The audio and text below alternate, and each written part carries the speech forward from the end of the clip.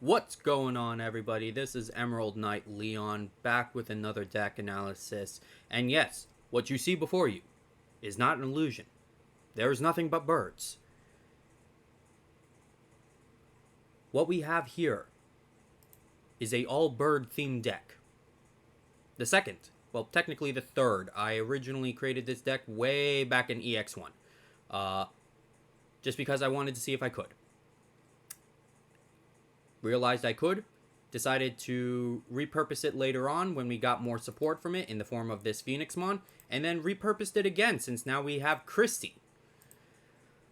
But this is a Biyomon-centric deck, focused around Phoenixmon, the eternal bird that will constantly summon itself again and again and again. Let's talk about that.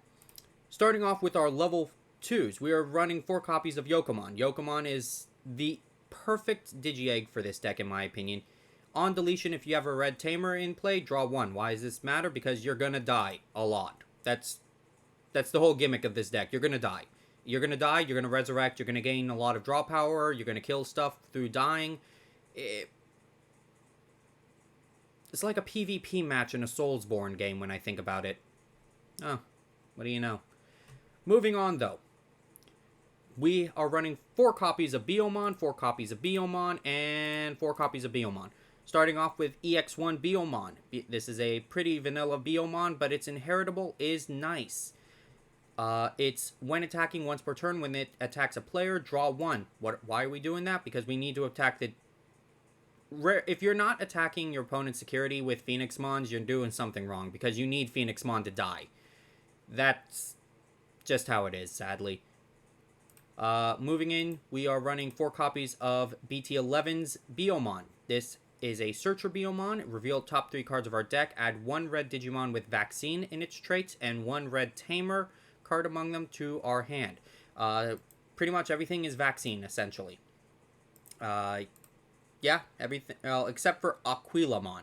Why they made this one a free, I don't know, but you can easily change Aquilamon to something else if you wanted. But we are running quite a few tamers. 4, 5, 6, 7, 9 tamers. So there's a good amount of tamers you can get from that effect. We are also running 4 copies of the new BT13 Biyomon. It's on play if played by an effect such as, I don't know, Phoenixmon or Akiho. If played by an effect by returning 1 Christie Daemon to the owner's hand, this Digimon may digivolve into a Garudamon, ignoring Digivolution requirements and without paying the cost. So, say, for example, you're killing off your Phoenixmon, you activate its on-deletion effect, you don't have another Phoenixmon in hand, you play Biyomon, warp your way into Garudamon, and by that point, you might have drawn a Phoenixmon, so you could just go into Phoenixmon or set up to go into Phoenixmon in a later turn. Or just go into this Garudamon with a blocker. That's an option. But all of these do have effects. BT11's Biyomon has on deletion if you have a red tamer in play, gain 1 memory. And BT13's Biyomon is on deletion, draw 1. So if you're not drawing your Phoenixmons, I'm sorry. That's just bad luck. Moving on, we are running 3 copies of BT1 Birdramon. I just like this card because, say you play it via an effect, such as you use Crimson Flare for some reason, you have a lot of memory to spare, you use Crimson Flare, activate the on-deletion of Phoenixmon, you then play Birdramon, or use Akiho's effect, where, you know, just, there are a lot of ways to play Birdramon. If you have 2 Digimon in play, and you lose your Phoenixmon, and you have another Phoenixmon, and then you just use Phoenixmon's effect in order to play Birdramon to give the other Phoenixmon a security attack +1. That's another viable option. It is, unfortunately, does not have any on-deletion inheritables, but we're not using it for that. We're using it to just facilitate more aggressive action towards your opponent.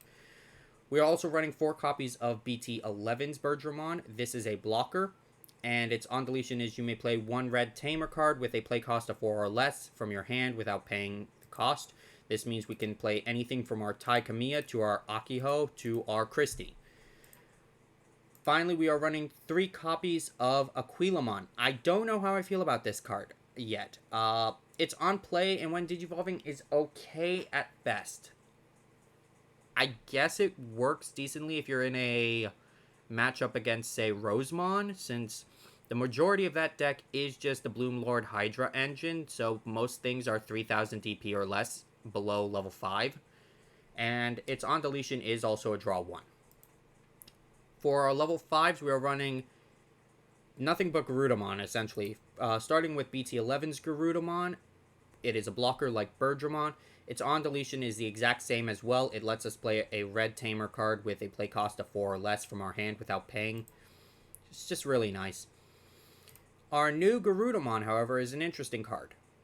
It's on play, and when Digivolving, lets us play a red Tamer card with a play cost of 3 or less from our hand without paying its memory cost. This is really good, because if you're Digivolving into that Garuda from this Biyomon, since Biyomon has you return Chrissy to your hand, you can then use Garudamons when Digivolving to replay Chrissy, which has its on play of one of your Digimon gains on deletion. You may play one Biyomon from your hand or trash without paying its memory cost.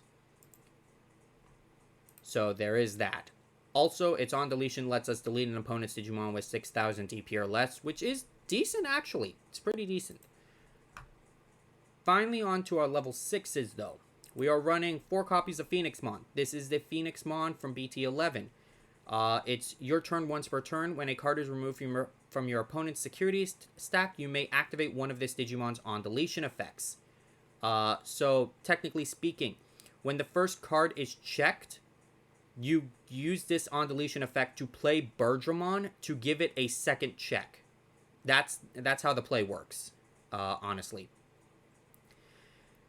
Its on deletion is that you may play one red Digimon card with avian, bird, beast, animal, or 4 sovereigns other than sea animal in one of its traits and 3000 DP or less from your hand without paying the cost. However, for each red tamer you have in play, you can add 2000 DP to the maximum DP you can play by this effect. That means if you were to have all 9 tamers that are in this deck out in play, that's extra 18,000 DP. Adding on to that 3,000, so that's about 21,000. Quite a lot. Honestly speaking, you just need roughly around 4. Yeah, you need 4 tamers out in play just to play another Phoenixmon. But with the amount of leeway we have, if you had Birdramon on top of under Garudamon and then Phoenixmon dies, you get 2 tamers right off the bat with just those 2 alone. By the point that you have Phoenixmon out, you should have at least 1 or 2 tamers already out at that point. So gaining the extra tamers needed is fairly easy to achieve, especially with how much we have in terms of means of playing stuff for free. Finally, for our level 6s, we are running 3 copies of EX1 Phoenixmon. I love this card. I love this card. It works perfectly in this deck. You have enough to play another Phoenixmon, you play this Phoenixmon. If you have Akiho out, it gains Rush, which means you get 2 checks off of this. And then it's when this Digimon attacks a player, draw 2, just giving you more cards to work with. I love this Phoenixmon. I really do. In my opinion, if you have 2 Digimon out and then one of them is a Phoenixmon that dies, you play the EX1 Phoenixmon. Potentially, depending on how much security your opponent has, you could go for game in that turn just from this Phoenixmon wiping out the rest of the security, if you're lucky enough. That's why we do run certain option cards. For example, Crimson Flare deletes one of your opponent's Digimon with 8,000 DP or less, and if you have a red tamer in play, you then can activate the on deletion effect of one of your red Digimon with vaccine in its traits, meaning Phoenixmon, so you can play something else. We are also running 2 copies of ADP, A Delicate Plan, just to add a little bit more survivability. I personally recommend ADP specifically for option cards that de-digivolve. Because if you're de-digivolved or you're bounced back to your hand, that's not good because you're not dying. You're not dying, which is a problem. Death is the name of the game with this deck. Death and Rebirth. For Tamers, we are running 2 copies of Tai Kamiya. He is a memory fixer, and he also nets us a security attack +1 for any red Digimon that we have with 4 or more Digivolution cards. So, our initial attack with Phoenixmon is going to have 2 checks, essentially, depending on how many ties we have. 3 checks if we have both ties out in play. Akiho lets us reveal the top 4 cards of our deck, adds a Digimon with vaccine in its traits among them to our hand. Red Digimon, mind you, and the rest go to the bottom. And then, during your turn, when you play a red Digimon with Avian, Bird, Beast, Animal, or Sovereign other than Sea Animal in one of its traits by an effect, you can suspend the Tamer in order to give it Rush. Perfect if you're going for game or just dishing out as much damage as you can in a turn, such as with the EX1 Phoenixmon. Finally, we have the new Tamer, Chrissy Damon, sister to Marcus. At the start of your main phase, if you have a Digimon with Avian or Bird in one of its traits in play, gain 1 memory. So with her and Tai out in play, you're going to start at 4 memory. On play, if one of your Digimon gains on deletion, you may play 1 Biyomon from your hand or trash without paying its memory cost until the end of your opponent's turn. So you play her, you die, you get to play something, and then you get to play another Biyomon just because of her effect. Which, if you play this Biyomon, then you get to activate its effect to return Christy to your hand, Digivolve into Garudamon. Garudamon's effect lets you play Christy once more. It just, and keeps the cycle going of Death and Rebirth, which is this whole deck. I can't keep saying that enough. This deck is all about dying, and then just coming back with a vengeance. But that is this deck. There are some cards you could tech in, and I only picked these cards because of the Biyomon aesthetic. You could run Blocker Biyomon. It can't attack players, sadly. You could run this Biyomon just for like early aggression, rookie rushing. Birdramon, if you don't want to run the Aquilamon, this is a okay card to use. It's inheritable, does let you delete an opponent's Digimon with 3000 DP or less. It's essentially just this effect, but as an inheritable. I personally am just using the Aquilamon because of its on-deletion inheritable instead. Just lets me get more draw power, which gives me more options to play Phoenixmon off of Phoenixmon's effect. Then there is also the Promo Phoenixmon. It's when Digivolving, if you have a Tamer in play, this Digimon gains Security Attack +1 for the turn.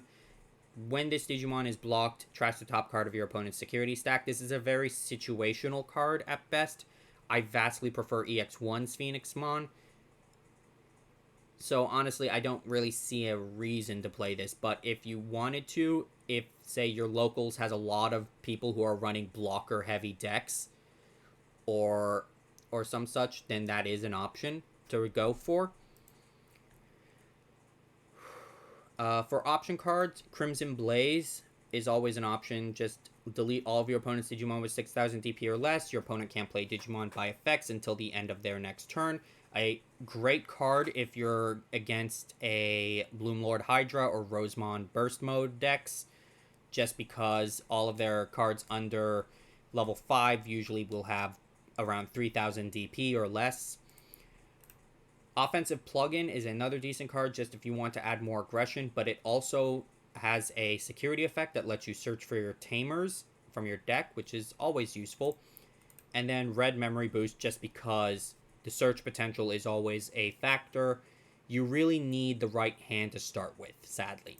Finally, if you do not have Tai Kamiya, which I don't blame you, it's still an expensive card. It's around like, what, $14, $15 last time I checked a couple weeks back. That is, let's check that right now, actually, because I am interested. Let's see. Tai Kamiya currently right now is actually at a good all-time low at being about $8. So And that's just for the regular version. If you're going for any of the others, the box topper version of it is about $20. And what do we got for the other one?